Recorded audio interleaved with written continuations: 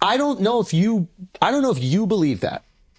Because if all of a sudden, again, white people started moving to India and changing what Indian culture is. Like, you've already complained about Indian culture becoming too westernized. Yeah, but that's, again, and Japanese people started coming and then making it a little more Japanese. Like, I'm going to cut you off because India got imperialized, got conquered. India was supposed to have an entirely different trajectory. It got robbed, pillaged, raped, fucked. Now I have a sensitivity to it. England didn't get imperialized, robbed, pillaged, raped, fucked by any of these foreigners for sure coming in. No Indian country. That's not true, but you're bringing in Indians when you have the British Empire for sure.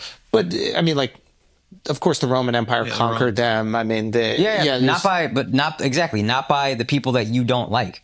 He doesn't have a problem with Italians coming over. No, he does. He has a problem with Italians. Yeah. So you think those guys that are rioting? He's saying each country, like if Italians came and made England Italian, he has an issue with it. He doesn't like the no border policy. He doesn't. So he's like, every country that fought for their identity should be able to uphold that identity. The people he's defending, they don't have a problem with Italians. The people he's saying, I understand where they're coming from and sympathizing with. But I'm not going to argue on them. But that's who he's supporting, defending. Sure. What I'm just saying, I hear what you're saying. But his argument about a nation being able to fight for its identity, and if it doesn't, by not accepting large amounts of immigrants, they're looked at as racist. I don't know if they should be looked at as racist. If the idea of fighting that war was to preserve the English identity, and accepting large groups of people from other countries is naturally going to chip away at that singular identity. I understand the logic behind it. That could be one of the many emotions, but I do think there's some racism involved in the same way that, like, they're not going to be upset at the Italian restaurant opening up in their neighborhood. You've made that argument. I'm not saying that. I'm making. And this is just to what I'm saying earlier. That's a great premise. I can't find a ton of holes in it. A comedian has a great premise. You can't just find the holes in it. Right. It's fun. But we both know at the end of the day, this is not like a real thing this person believes, or you should know. See, I don't like getting into those arguments where it's like, we're going to assume what they really mean. Like, I'm just trying to have the argument based on, like, the words that are said, which is, does Hawaii have the ability to maintain their Hawaiian culture? And when Western culture starts to come in, or even Japanese culture, where these other cultures start to chip away at the Hawaiian identity, do they have the right to be frustrated at that? Or are they racist when they're frustrated? Yeah, but again, you're talking about a colonized place that was, like, that's where the difference is.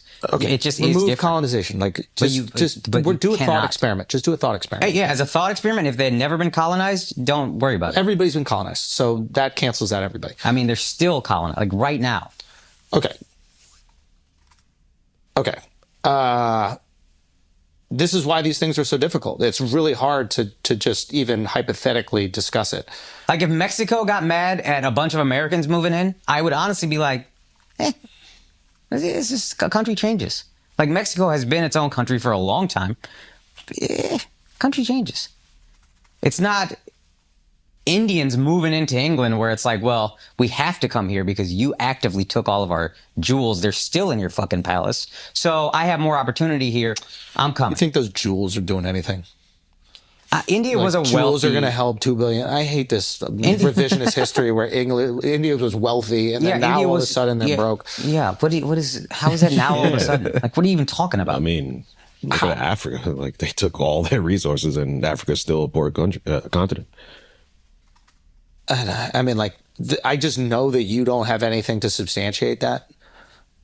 So it's like, there's no way to...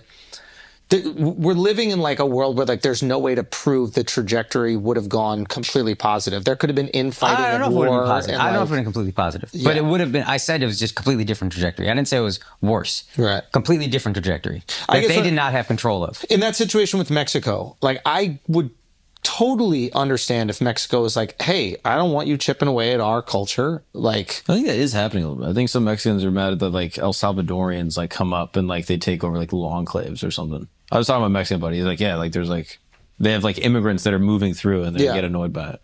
I don't know if it's all of Mexico. I doubt it. And again, we're different in especially, like, New York, because this is part of our identity. We've had these different groups of people that we've fully embraced coming in here and becoming part of the fabric of what it is to be an American from the beginning. Even when we went west, there's Mexicans, there's Native Americans, there's always all these different people. Even when we're uniting the country, we were colonies of different countries, so there are different cultures for us to even handle. You go down to New Orleans and there's like French speakers. Like there's just all this different stuff that we've had to deal with. So this is our idea of what a country is. Some of these scoop the bagel ass people, like they. That's me. I'm a scoop the bagel. Yeah. Get the fuck out of here. That's racist. Get those people out of there. But so I do think we're projecting our idea of like acceptance on other countries that are just like, hey, listen, we've worked thousands of years to curate this identity, and we don't want to water that identity down. And the people that do come in here, and if they end up watering it down, it's not going to be something we like. And don't call us racist for that. You tell me if I'm wrong. Like, let's say a bunch of Chinese people started to move into Italy and they started to like change what it is to be an Italian. Are they wrong? Are they racist for that? No, probably nationalist. But is that wrong? I mean, I guess it depends to what degree. Oh, based on our perspective of a country, that's wrong. But we also don't have thousands of years of history and like identity built into that. Like, I don't know, I would feel wrong. Like, I know that India's a different example, but like, I'd feel like, let's say white people, just Europeans, started moving into China and slowly changing China and making China more white. Like and they were like, hey, we don't like how China's becoming so like westernized. Like we're losing our cultural identity. I wouldn't be like, you fucking racist. How dare you? Like, I'd be like, yeah, I get that. Like we're coming to your shit and then making your shit ours. We talk about this with gentrification all the time. Yeah, that's what I'm thinking about. Like when it comes to gentrification, we unanimously agree it's wrong.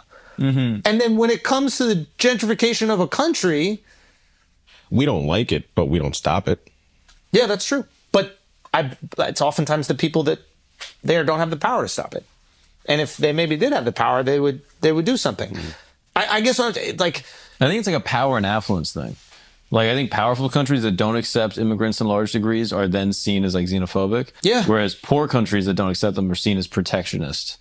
Yes. Like they seem like they're conserving their resources and like not just letting anyone in. And maybe that's why Italy wouldn't bother me as much. Also, maybe just Italian culture is cooler to me or whatever. So the Italy thing, I'm like, I get it more for Italy than England. England, I also think if you have a problem with the people coming in, that's a little different than saying, hey, if you're going to come here, just assimilate. If you're going to come here, do our shit. I wouldn't love that, but I get it. Yeah. If you're going to move to my country, embrace our culture, this is what it is. If they're telling the people, come here and embrace what it is to be English. Muslims, stop doing that to women. That's fine. But when you have a problem with them coming in, it starts to feel different. So here's the thing. You're damned if you do, damned if you don't.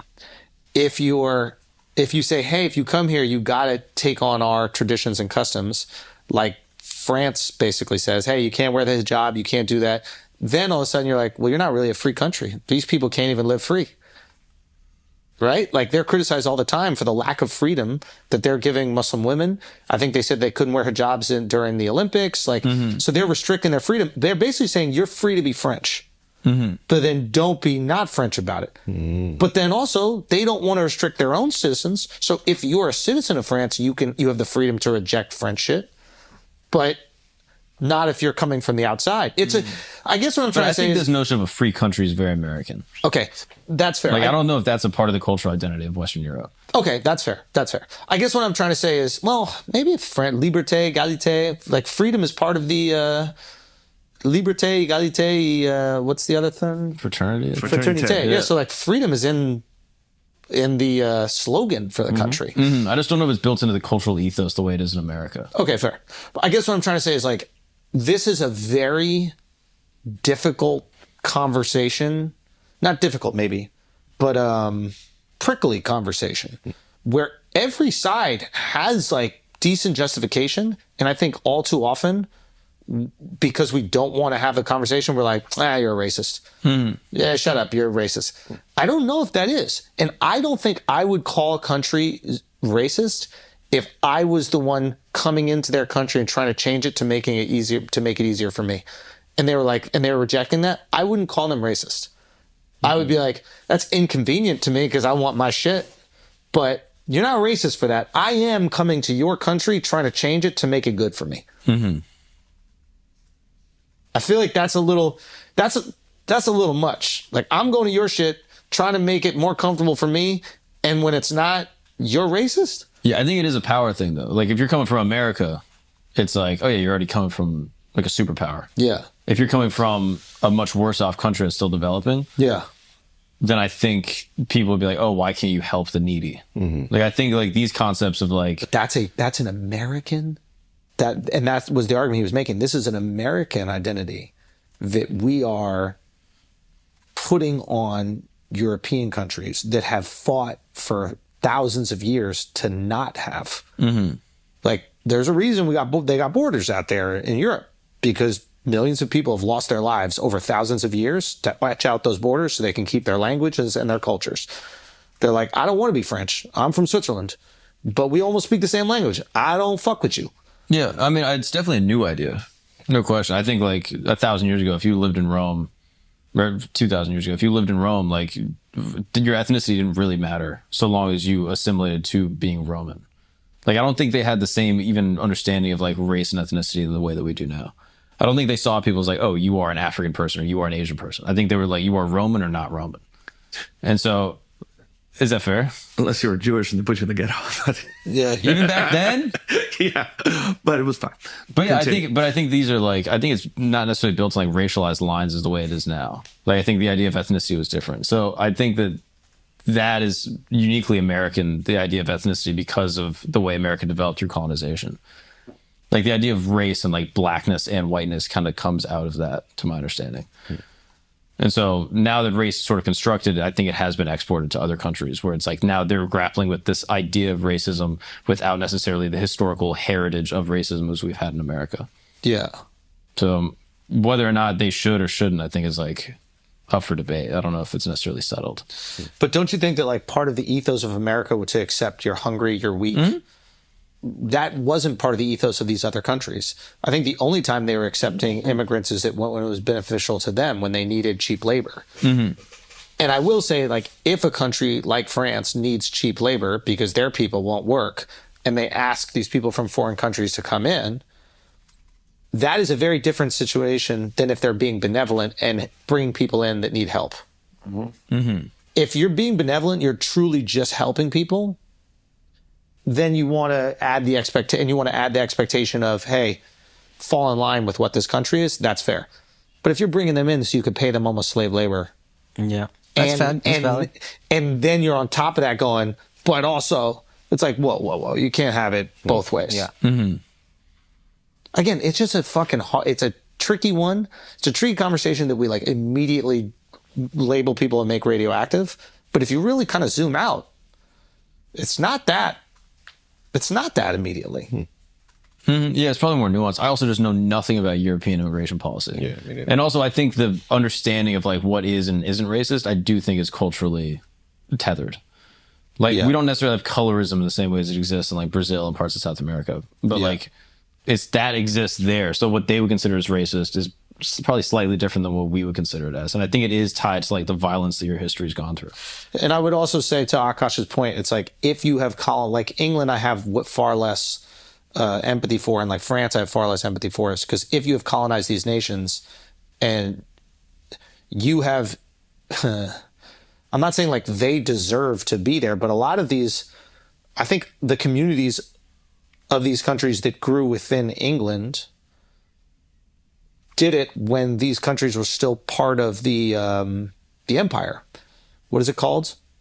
The British Empire? Yeah, there's a name for it. I don't know, forget the name. But like Jamaica, for example, I think was part of the British Empire. Even Canada was still loosely Commonwealth? The Commonwealth, yeah. Yeah. Australia. Yeah, Cayman Islands. Yeah. So like these people going back to, the homeland, if you will, it's not their homeland, but it's the homeland of the center of their government, the center of their decision making. I don't think that you can fault them in any way for that, especially when you've controlled those regions and you're extrapolating resources. Yeah. So I think that's where I feel like it's a little bit different. But if it's a country that you have no connection to at all, I get it more. then I get where they're coming from more. That's okay. Then That was my point about India. And sorry for being reductive about your point. No, That's it's my fine. bad. But this strikes me every time I go to India. Like the infrastructure is fucked and all of that. But it was a country that once they got freedom, not only had everything been kind of plundered, they got 400 million people when they start the country. It's a lot. America starts with 13 colonies, 1,000 people, and then it expands and it gets to build up everything as it expands. India starts with no money and 400 million people. They got more people then than we have in America now. Yeah, it's incredibly difficult. 1/6 of the landmass. So every time that strikes me, and it's like, yeah, I get, if I got to go to England, some of this is your fault. Maybe not all of it. Some of this is your fault. I'm bringing my shit over. In the same way that you feel about the labor. It's like, this is... Yeah. I do.